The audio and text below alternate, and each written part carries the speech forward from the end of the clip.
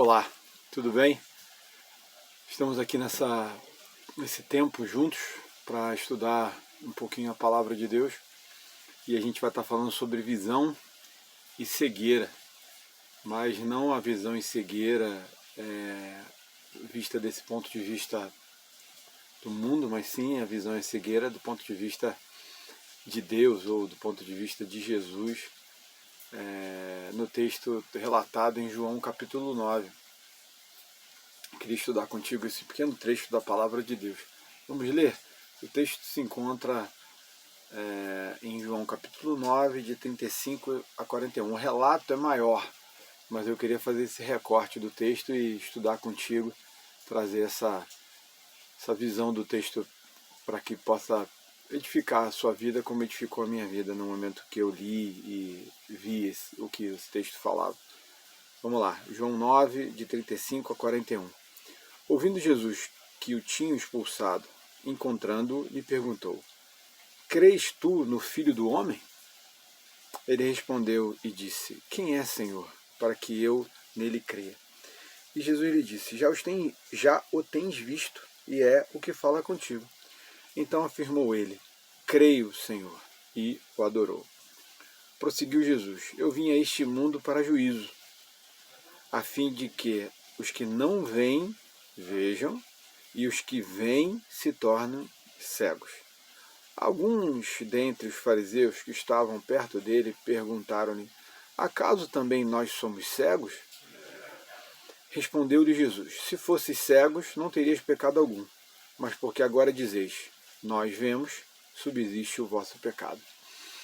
Então, aqui a gente está falando de visão e cegueira no início, né? Visão e cegueira corporal, um sentido que por alguma deficiência física foi anulado, e Jesus faz uma transposição para isso no campo, vamos dizer, espiritual, no campo de ver as coisas de Deus e não ver as coisas de Deus. Jesus ele usa nesse ponto aqui a cegueira de um homem como uma parábola, como um sinal para descrever a cegueira de alguns homens. E a forma que ele faz é bem legal e bem bacana. Não sei se você conhece o texto, o início do texto, esse cara está cego, Jesus vai lá, cura, os discípulos fazem algumas perguntas para Jesus, e Jesus fala que aquele cara era cego para que se manifestasse nele a vontade de Deus, a glória de Deus. Então, os sinais relatados, os milagres relatados por João, tem essa ênfase que todos os milagres relatados em João, eles têm um porquê de estarem relatados. Claro, todos os milagres de todos os evangelhos têm um porquê também, mas em João há uma narrativa por detrás dos milagres, há uma narrativa por detrás dos acontecimentos, há uma narrativa por trás das conversas. Vamos dizer que João estende mais, João é mais teológico dos 4 evangelhos, enquanto os outros evangelhos têm um cunho um pouco mais histórico e relatando os fatos conforme iam acontecendo. João tem uma preocupação, que é a preocupação que ele fala aqui em João capítulo 20. Ele fala para que ele escreveu o livro. Na verdade, Jesus fez diante dos discípulos muitos outros sinais que não estão escritos neste livro. Estes, porém, foram registrados para que creiais que Jesus é o Cristo, o Filho de Deus, e para que crendo tenhais vida em seu nome. Então, João falou dos sinais e escreveu o Evangelho de João para que as pessoas, em lendo o Evangelho e os sinais, creiam.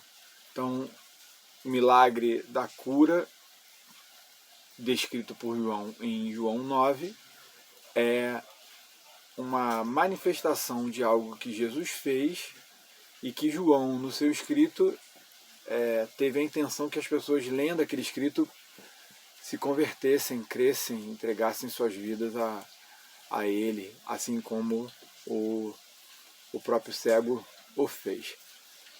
Então há toda uma discussão, há toda uma briga aqui de curou, não curou, cura, não cura. Depois você lê com calma o texto de João 9. Mas Jesus espera que esse ex-cego, né, esse cara que ele curou, fosse expulso da sinagoga, fosse expulso do templo, e Jesus encontra com ele justamente nesse momento que ele é expulso. Isso é uma... Eu estou aqui rindo, justamente porque isso é uma forma que Jesus faz e que Deus também faz. Deus às vezes espera o último momento, aquele momento decisivo para entrar na história. Se você pensar na cura de Lázaro, depois de 4 dias, Jesus vai lá. Jesus, mesmo sabendo que ele estava doente, ainda se demorou mais alguns dias. O texto de João 11. O cara grita: Jesus, filho de Davi, tem misericórdia de mim. E depois de muita insistência, Jesus ouve. Então, há uma forma que Jesus e que Deus usam, que nem sempre a gente, vamos dizer, concorda, mas a gente aceita e sabe que é o melhor para a gente, é que ele espera um momento. Ele quer saber se a gente realmente quer aquilo, e ele faz isso. E ele fez isso nesse texto aqui de João 9:35. Ouvindo Jesus que tinha expulsado da sinagoga, encontrando, ele perguntou: crês tu no Filho do Homem? Então ele podia ter falado que ele era o Filho do Homem, poderia ter falado que ele era o Jesus, poderia ter falado que ele era o Messias, mas não. Simplesmente Jesus esperou o cara ser expulso para se manifestar a ele. Então, os homens rejeitam aquele homem, Jesus o abraça e aquele homem o abraça. Aquele homem era cego, encontra Cristo, vê, é expulso e recebe a vida. Então, é como se Cristo tivesse curado ele para que ele se despertasse para alguma coisa além. E ao mesmo tempo, Jesus permite, porque Jesus sai de cena, permite toda a conversa que ele tem com os fariseus, com os líderes religiosos, e perguntam para ele várias vezes: e aí, quem te curou? Por que te curou? Como é que te curou? E algumas perguntas vazias, mas esse cara é conduzido a uma rejeição, e a partir dessa rejeição, Jesus o aceita, o acolhe e principalmente se manifesta a ele. Então Jesus, com clareza, espera a rejeição desse cara para se manifestar a esse cara, para que esse cara estivesse pronto para aceitar completamente a ele. Então, Deus nos conduz em alguns momentos na nossa vida a algumas experiências com Ele, a alguns, vamos dizer, momentos que a gente se sente sozinho, rejeitado, justamente para que Ele nos acolha, nos receba e a gente tenha, vamos dizer, a receptividade, a gente tenha a acolhida devida em nosso coração a Ele. Então, esse processo de se revelar, se ocultar, deixar você passar por algumas coisas e permitir isso e depois te acolher, faz parte do cuidado de Deus para que quando você o acolha de verdade. Para não acontecer justamente o que acontece com esses fariseus que Jesus está conversando aqui no final. Jesus continua o texto, né? O cara crê nele, fala Senhor, essa ideia do Adonai, o Adon, é a ideia que era o nome. Jesus, o cego usa o termo para Jesus, que é o termo utilizado lá para Jeová, para Deus, quando eles não querem usar o termo, né, o tetragrama sagrado, o IHWH, eles usam esse termo Adon, Adonai, e esse cara fala Senhor, Adonai, que é justamente essa ideia, o Kyrios, né, que são duas palavras, Adonai no hebraico, Kyrios no grego. Então, esse cego fala Deus, ele reconhece a divindade de Jesus e pular logo proskuneo, né, que é adora, ele se entrega, ele se reverencia a Jesus, ele diz, como Tomé falou, né, meu Senhor e meu Deus. Então Jesus é adorado como Deus por esse cego de maneira muito clara. E Jesus vai e fala algumas coisas, mandando uma indireta ou mandando uma direta para esses líderes religiosos. Prosseguiu Jesus, por esses líderes religiosos. Prosseguiu Jesus, eu vim a este mundo para juízo. Então, no que consiste este juízo nesse momento da vinda de Jesus? Vai ter um outro juízo, aí o juízo do rei, agora esse juízo é o juízo do Salvador. E aí são juízos diferentes, mas esse juízo também tem um porquê e um propósito nesse momento aqui, se você vai entender o juízo. Qual é o juízo? A fim de que os que não veem vejam e os que veem se tornem cegos. Então Jesus tem uma técnica. Ele resiste aos soberbos e se manifesta aos humildes. Isso é uma forma de Deus agir, que muitas vezes a gente não entende, mas essa é a forma que Deus age. Ele se oculta e se revela, e ele se oculta dos soberbos e se revela aos humildes. E ele se oculta dos que vêm e se revela aos que não vêm.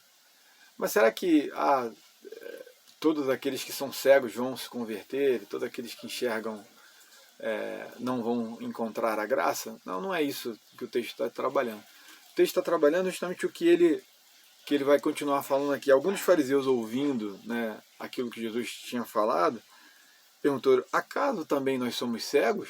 Então os fariseus que estavam discutindo lá com o próprio cara que tinha sido curado, com o cego, e perguntando quem te curou e por que te curou, e uma série de coisas, eles veem que aquilo que Jesus está falando é para eles e perguntam, Jesus, a gente também é cego? E aí Jesus faz uma declaração bombástica, mas ao mesmo tempo bem bacana, bem legal. Se fosseis cegos, não terias pecado algum, mas porque agora dizeis, nós vemos, subsiste o vosso pecado. Então, querido, a chave para entender esse texto é, se você se acha alguma coisa, e se você se entende alguma coisa, e se você acha que entende Deus, é possível que você seja o cego desse texto. É extremamente necessário que a gente se desfaça dos nossos conceitos sobre Deus humanos e se revista da revelação que Ele fez através da pessoa de Jesus Cristo e através das Escrituras. Por quê? Quando eu começo a tentar entender Deus através dos meus parâmetros, eu posso estar encaixando Deus dentro de caixas. Encaixando dentro de caixas, estou sendo redundante. Mas a ideia é eu posso estar colocando Deus dentro de parâmetros que não são os parâmetros bíblicos, e Deus não aceita parâmetros. Ele é Deus, Ele é o Senhor de tudo. Ele faz os parâmetros, Ele estabelece os parâmetros. Então, a nossa posição diante de Deus, a única posição que a gente pode ter diante de Deus boa e aceitável é: somos cegos, não enxergamos, precisamos enxergar, precisamos da revelação, precisamos da tua manifestação. Então, meu desejo para você nesse momento que você está me ouvindo é que você reflita sobre a sua postura. Minha postura é de quem sabe ou de quem não sabe? A sua postura de quem pode ser ensinado ou de quem já sabe? A sua postura é ensinável, maleável, moldável ou fechada, quadrada, encaixotada? Então, é possível que Deus possa estar resistindo a você, como resistiu a mim em muitos momentos, por estar na minha soberba e na minha própria concepção. Mas a partir do momento que eu descobri que eu não sabia, Deus tem se revelado a mim através do discipulado, através do Espírito Santo, através das Escrituras, através da Andréia, minha esposa, através do meu filho, através da igreja. Então, peça a Deus, quebra meu coração. Peça a Deus, se o Senhor tem resistido a mim, pare de resistir. Na ira, lembra-te da misericórdia e se manifeste a mim. Retira a minha visão e me dá a cegueira, para que na cegueira eu possa ver. Para que no meu reconhecimento aqui, né, cegueira, no meu reconhecimento que sou pobre e cego, nu, o Senhor me dê recursos, o Senhor me dê visão e o Senhor me revista do Senhor mesmo. Muito bom estar com você aqui, tá bom? Deus te abençoe. Para mais informações, siga meu perfil no Facebook, Leonir Oliveira, ou me mande um e-mail, leoniroliveira@gmail.com. Um abraço, paz